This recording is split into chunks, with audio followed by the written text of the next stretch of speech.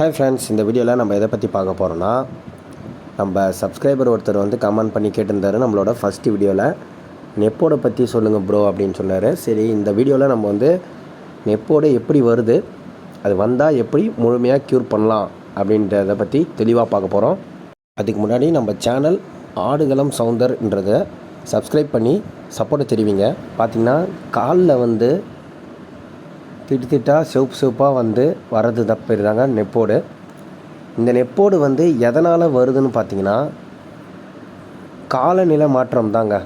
எப்படின்னா, இப்போ மழை காலத்துலேருந்து வெயில் காலம் வரும்போதும், வெயில் காலத்துலேருந்து மழை காலம் வரும்போதும், பனி காலத்துலேருந்து வெயில் காலம் வரும்போதும் சரி, அந்தமாரி வானிலை மாற்றம் நடைபெறும் போது தாங்க உடம்பு சூடு, அதாவது உடம்பு சூடு அதிகமாகும் போது தான் நெப்போடுன்ற ப்ராப்ளம் வந்து நமக்கு கோழிக்கு வந்து அதிகமாகவே வருது.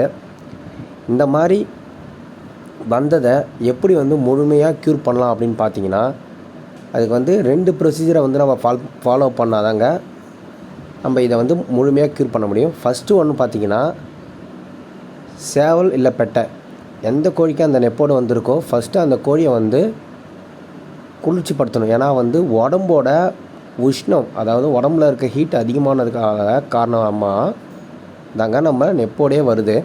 அப்போ உடம்புல இருக்க ஹீட்டை வந்து குறைக்கணும்னா அதுக்கு முதல் வந்து முக்கியமான விஷயம் பார்த்திங்கன்னா வெண்ணெய் தாங்க.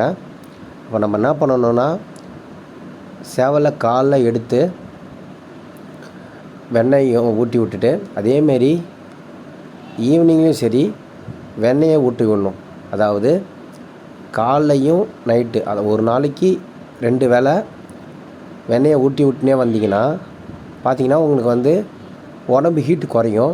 இந்த உடம்பு ஹீட்டு குறைத்த நம்ம எப்படி கண்டுபிடிக்கலான்னு பார்த்திங்கன்னா, அந்த நமக்கு சிவப்பாக இருக்கிற இடம்லாம் ரணம், அதாவது அந்த ரணமாக இருக்கிற இடம்லாம் நமக்கு வந்து இந்த சிவப்பு வந்து குறைஞ்சிட்டே வரும். நீங்கள் வந்து அதை கண்கூடாவே காணலாம். அப்போ உடம்பு குளிர்ச்சி ஆகும்போது இந்த நெப்போடு ப்ராப்ளம் வந்து நமக்கு ஃபுல்லாக சரியாகினே வரும்.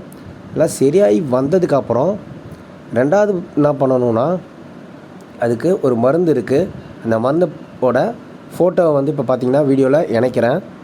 அதாவது இந்த சொல்யூஷன் தாங்க மெர்ப்ரோமின். இது வந்து பார்த்திங்கன்னா மெடிக்கலில் கிடைக்கும், இல்லை வெட்னரி மெடிக்கலில் போய் கூட இங்கே வாங்கிக்கலாம். இதை வாங்கிட்டு இதை வந்து என்ன பண்ணணுன்னா, சேவலோட காலை வந்து வெதுவெதுப்பான தண்ணியை வச்சு முழுசாக க்ளீன் பண்ணிவிட்டு, அதுக்கப்புறம் வந்து அந்த கால் முழுவதும் வந்து இந்த மருந்தை வந்து ஃபுல்லாக தேய்ச்சி விட்டுருங்க. தேய்ச்சி விட்டுட்டதுக்கப்புறம் நாளடைவில் வந்து நெப்போடு வந்து முழுமையாக கிளியர் ஆகிடும். அதை நீங்கள் கண்கூடாவே பார்க்கலாம்.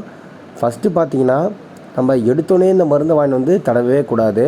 ஃபஸ்ட்டு வெண்ணெயை கொடுத்து கோழியோட உடம்பை வந்து குளிர்ச்சி ஆக்கும் போதே அந்த நெப்போடு வந்து குறைஞ்சிட்டே வரும். கண்கூடாவே காண்பீங்க. அதுக்கப்புறம் தான் இந்த மருந்தை யூஸ் பண்ணணும். சில பேர் வந்து ஸ்ட்ரெயிட்டாக இது யூஸ் பண்ணுவாங்க. அப்படி யூஸ் பண்ணும்போது நமக்கு சரியாகும்.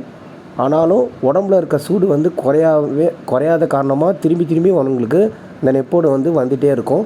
ஸோ இதை இந்த 2 ப்ரொசீஜரை கரெக்டாக ஃபாலோ பண்ணுங்கள். நெப்போடு இதுக்கப்புறம் உங்கள் கோழிக்கு வராது. கோழியை வந்து குளிர்ச்சியாக பார்த்துக்கோங்க. இந்த ப்ராப்ளம்லாம் வராமல் கோழியை காப்பாற்றிடலாம் ஃப்ரெண்ட்ஸ்.